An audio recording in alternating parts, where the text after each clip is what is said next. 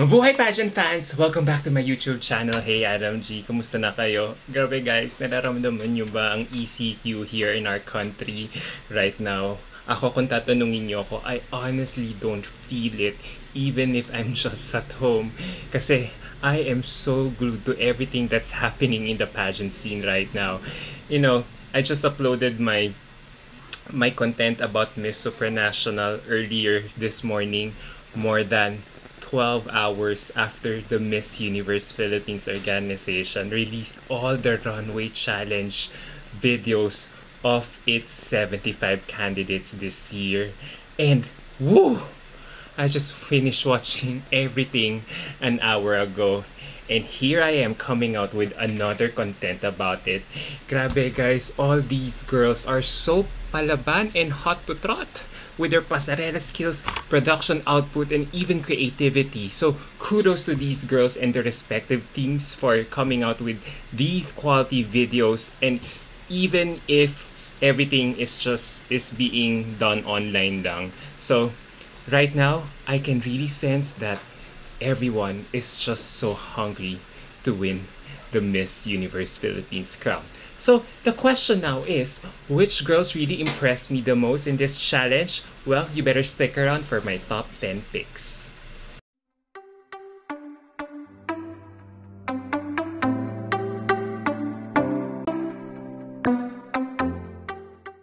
So guys, before I proceed to enumerating the girls in my list, I will give out some special awards or share my honorable mentions who I think also stood out in this video challenge.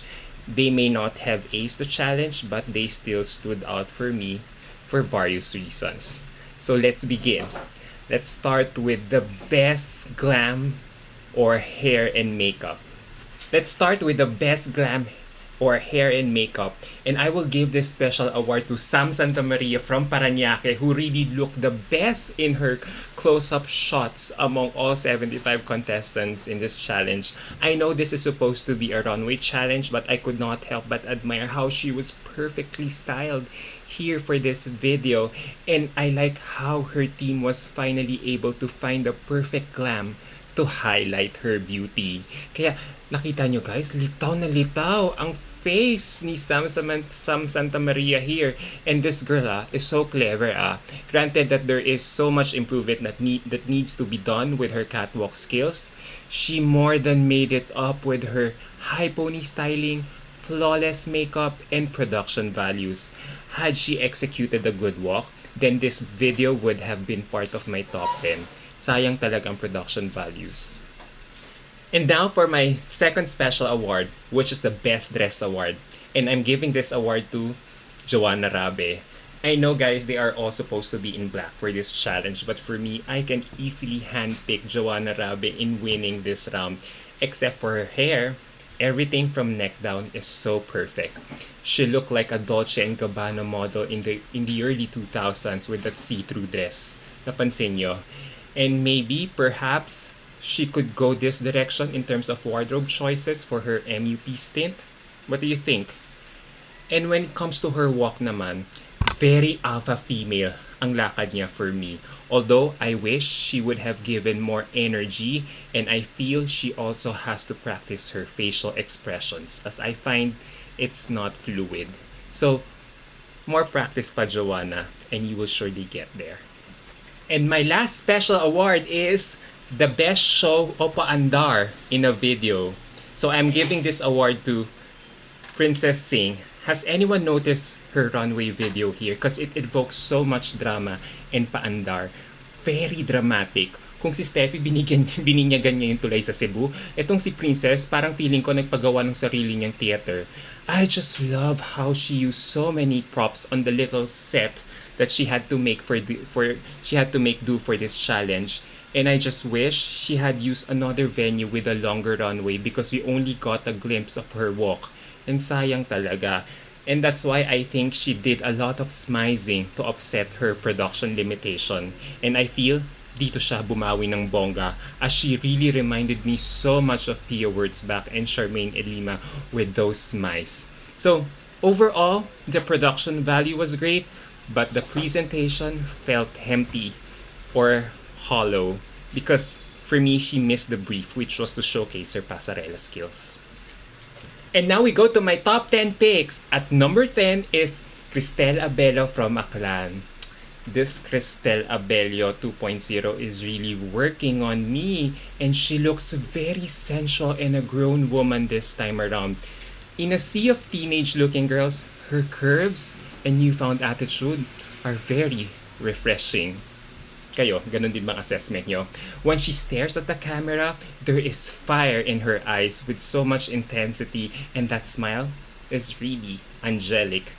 Her face also is so unique and mesmerizing, and I can watch her walk the whole day. As for her walk, it's both soft and sharp. Perfect for Victoria's Secret runway shows of the past. And sa totoo lang guys, her walk is normal and does not feel made up.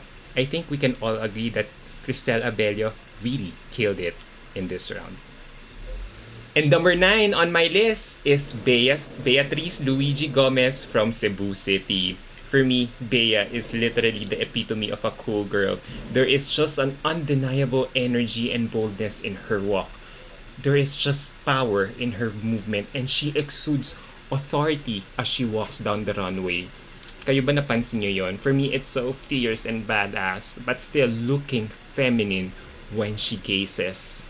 Actually, I noticed that when she walks in this video, she crisscrosses her legs, which reminds me so much of Janine Tugonon's walk in Miss Universe 2012. Tapos you could really see the nonchalant model walk in her pasarela, and it makes such a difference. And I also super love the location or backdrop that she used for this, as it felt like an empty warehouse. If there's one thing then na masasabi ko, I just wish she used a stronger or fiercer music to complement her aura in this video. At number 8 is Janela Quaton from Albay. Steady shoulders, steady swaying waist, and sublime turns. And this is how I would describe Miss Janela's walk here in this video. What I like most was her attack with this walk, as it was very elegant, mannered, and classy. Her transitions were very fluid, and the turns for me were very unreal. And her hair also had a life of its own. And I also have to commend the background music she used for this video. It's so modern, and it reminded me so much of New York. And her production team really served us a generous amount of her beauty from different angles. And sa totoo lang guys that 1 minute went by so fast that I was begging for more. Grabe, plus the way she would look and smiles on camera, then smile, showing her versatility on her facial expressions. I thought, this girl is simply divine.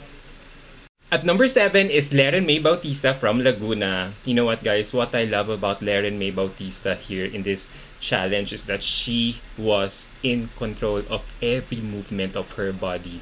She walks so elegant, she looks sophisticated, and she walks so slow, as if she really took her sweet time in walking, which I really appreciate, as we were able to appreciate her more, as I feel she is at her most beautiful now.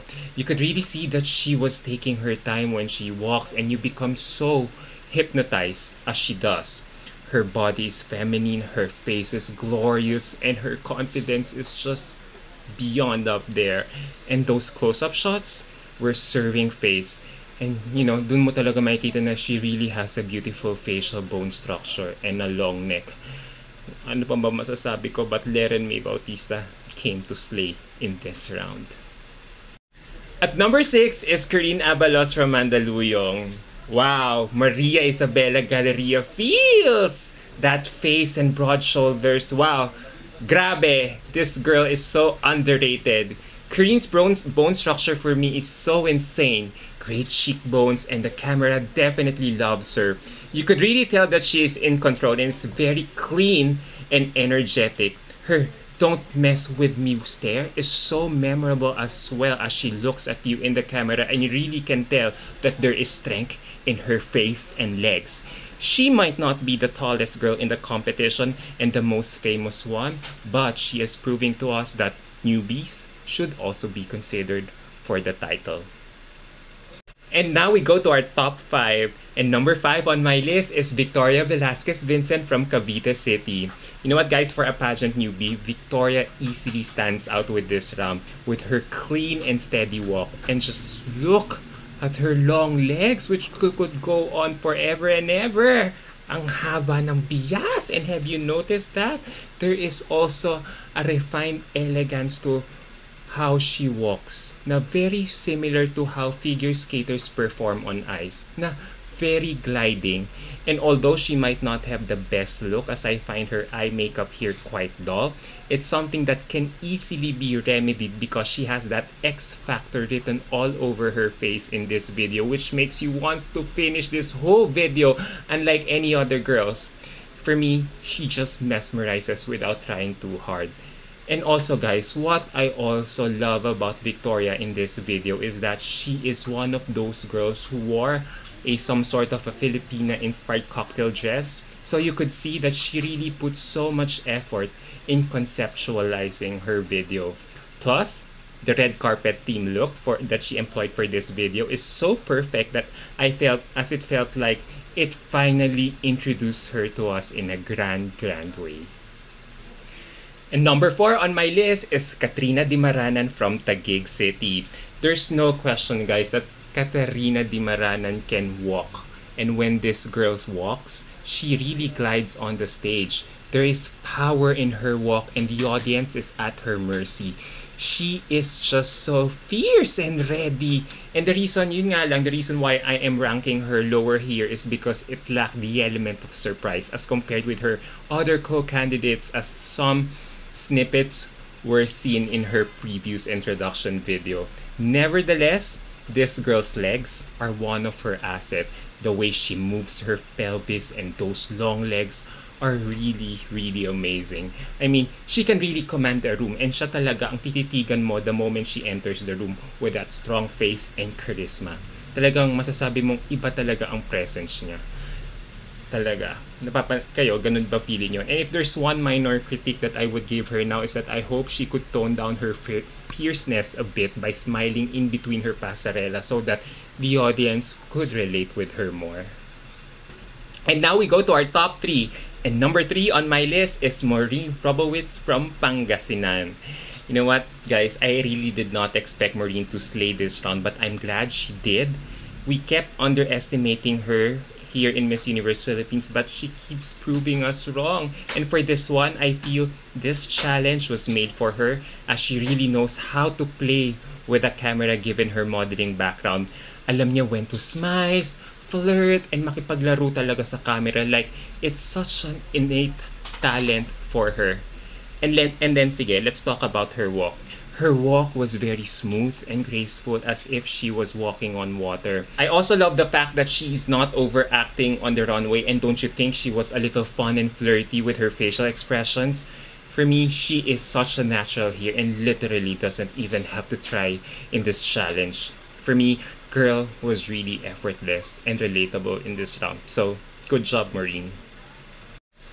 And number 2 on my list is Jasmine Umali from Manila. Now, this is how you walk the runway. This girl is really born to be a model. Her walk is sassy and screams, "I am a diva!" Ganun ba rin bang pakiramdam nyo? While other girls' walk are monotone and emotionless, I feel this girl's strut is both dynamic and exudes so much charm.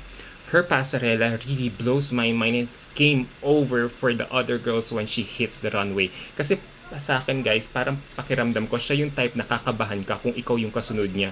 Kasi how do you really follow that? Right? Kasi naman, her strides were long, perfect proportions, and the presence was fierce. Ganun din ba? Ako, ganun talaga nararamdaman ko. And her vibe is definitely a bombshell. And I get that chills just by watching her move. You could really tell that she was feeling herself and at the same time enjoying her moment.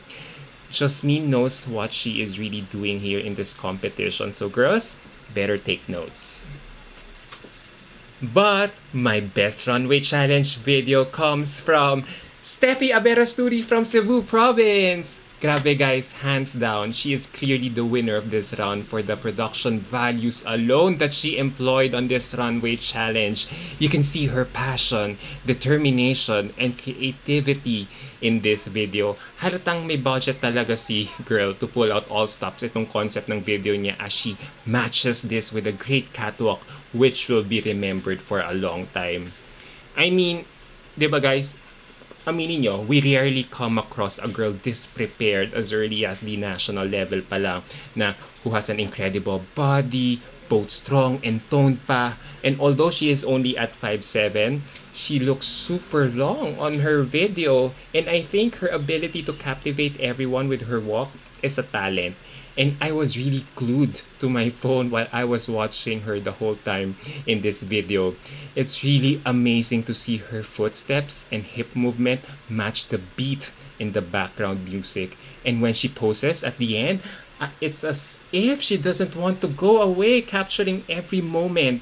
And her strides were so long and powerful.